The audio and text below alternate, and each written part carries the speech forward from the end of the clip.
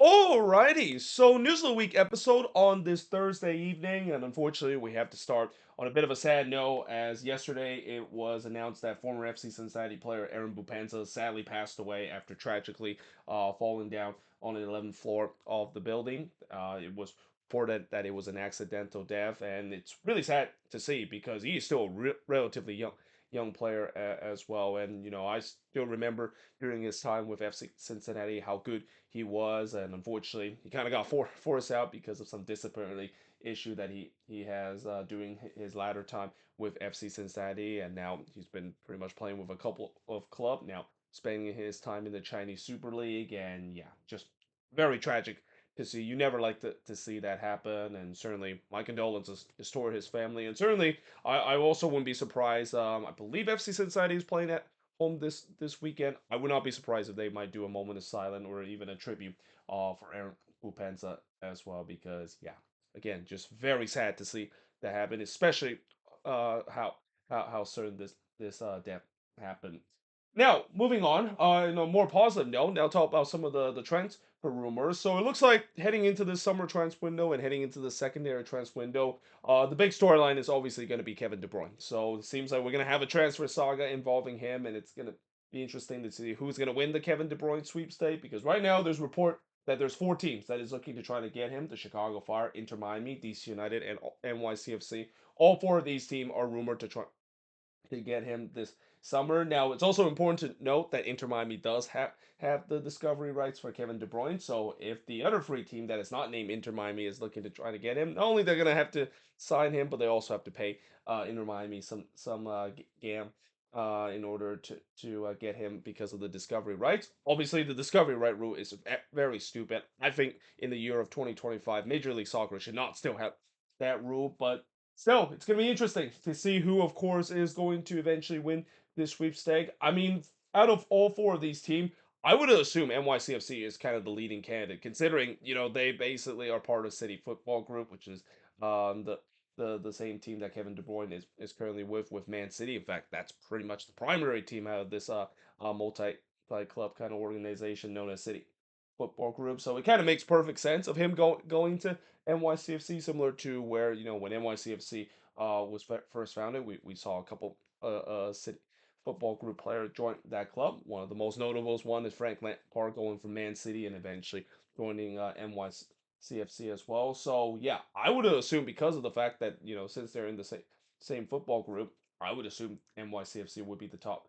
destination. But we'll see whether or not these other team is looking to try to get him, and it should be very interesting to see whether if this transfer is going to happen. Because again, there's no guarantee that this, of course, has happened. There's been rumors saying that he's coming to MLS. There's been conflicted rumors saying that he's going to stay in Europe.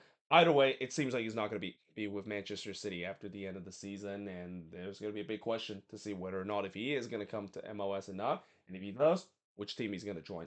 Now, St. Louis City, they're actually in advanced talk to bring Frederick Youngson, a central attacking midfielder from the Bundesliga from Augsburg. Now, there's no surprise considering that it feels like St. Louis they are simply looking at the Bundesliga and picked up a lot of these players. Not a big surprise consider their sporting director Lutz has that background to it. Though I'm pretty sure St. Louis fans are probably kind of getting frustrated the fact that yeah they're basically just going to the Bundesliga and picking up leftover and hope that that will be enough to build themselves a good team. I mean, to be fair, as what we saw in the latter part of last season, it kind of worked out like that. It hasn't really quite worked out this season, and I think part of that could be because of injuries. Which this is also kind of what is odd about this signing because this is a guy that actually is currently injured right now. So you basically decided to bring a guy that is currently injured and has had an injury issue to a team that's already have injury problem this season. That kind of doesn't make any sense, but I guess in St. Louis eyes and especially in their sporting director Lutz eye, he feel like that's the right signing to get him. And in terms of them adding him in the midfield spot, I mean, I don't know if midfield is one area that they might need. I feel like defense is kind of an issue that they might need. Well, actually, no. I take that back in terms of the defense. I think they might need some help in the creative department as well. Consider I almost forgot this season they actually have been doing pretty good on the defensive front, but the attack has been the problem. And again, the reason why it's been a problem is because they've been way too defensive and set up this very defensive approach under Olaf Melberg, which a lot of St. Louis fans are not happy in terms of how things have gone because of it. So yeah, we'll see whether or not if he makes a difference. But at the same time, again, it kind of doesn't make sense when you decide to bring an injury-riddled player to a team that is already having a problem with injuries throughout this season. Now, the Houston Dynamo, they're looking to sign Darby County forward Toyoso Ulasanya Anna.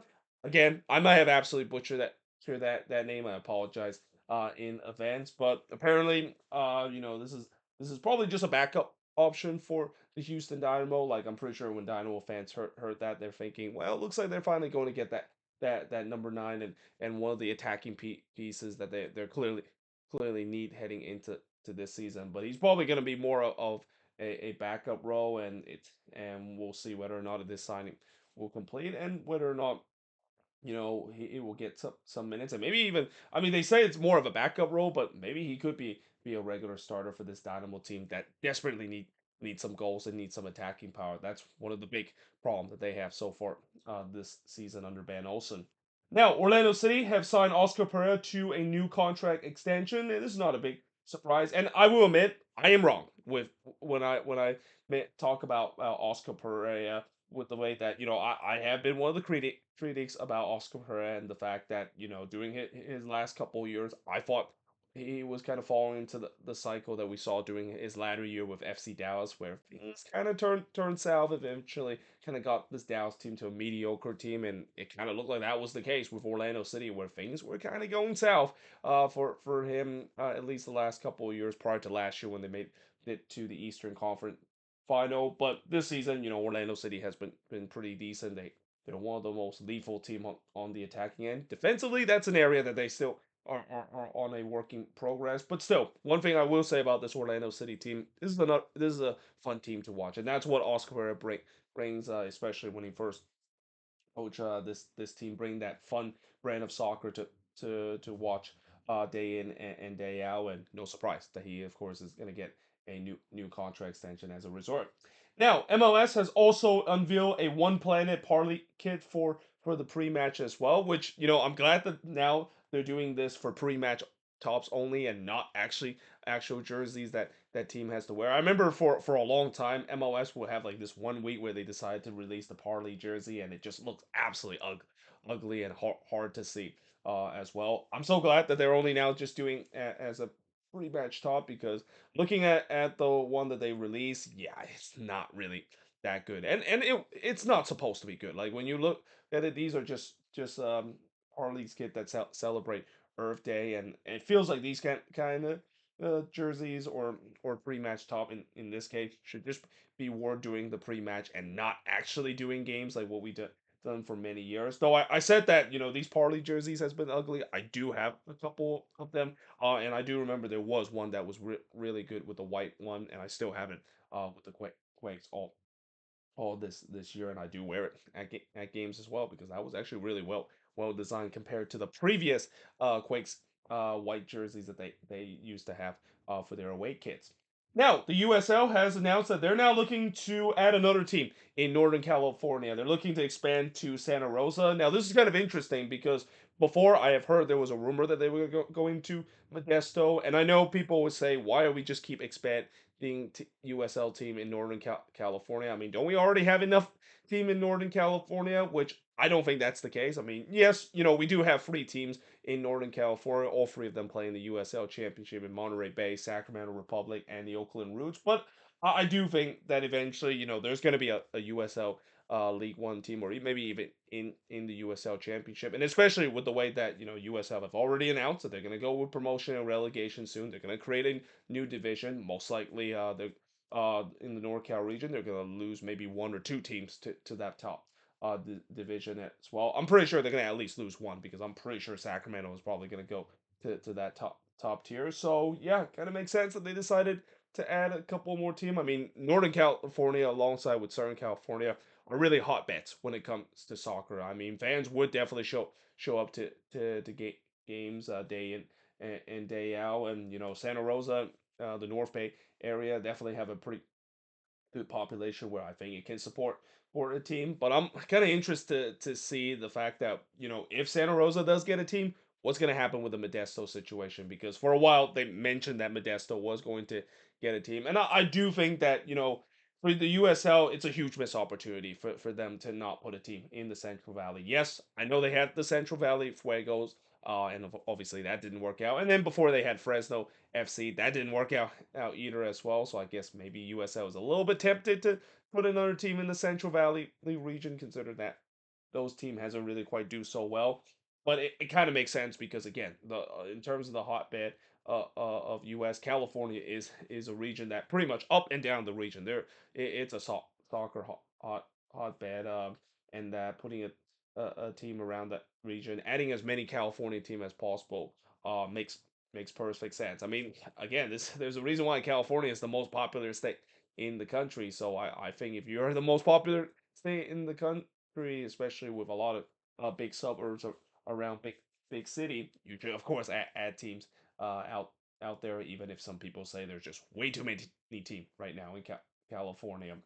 Now, lastly, in terms of the last news, so FIFA president Gianni Infantino has said that they are going to be having a playing in game for the Club World Cup between LAFC versus Club America. Now, obviously, this playing game all happened because Club Leon got kicked out of the Club World Cup because of them part of a multi club kind of group with Pachuca, and obviously, FIFA does not allow multi-club organizations to participate in the same competition. So yeah, it's going to be interesting to see that, if there is going to be a playing game between LAFC and Club America, who is going to go through. I'm surprised that those are the two teams that they chose as it. I mean, if they would have chose the team to potentially play in the playing round, wouldn't it be possible if they would have chose the reigning MLS champion versus the reigning Liga MX champion? And last I checked, LAFC didn't win the most recent MLS Cup.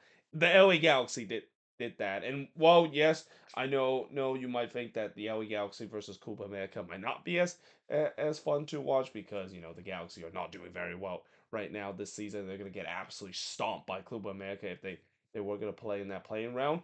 I mean, I feel like they deserve to at least have that spot instead of LAFC. I mean, this is nothing against LAFC, but again, I just it's a very interesting thing matchup for the rights to replace Club Leon in terms of the spot. And if you're gonna have this, you might as well just leave Club Leon in that spot. Even again, FIFA does not allow the same team in the same football group in the terms of this multi club kind of ownership be in the same competition as well. But there you have it. That is pretty much it. Looking at these news of the week episode. As always, let me know in the comments below what do you think of these news, and if there's any news I didn't mention here on the board, let me know in the comments below as always. But until then, hope you guys enjoyed this video. If you do, make sure to leave a like, smash the subscribe button, and yeah, I of course will see you guys next time.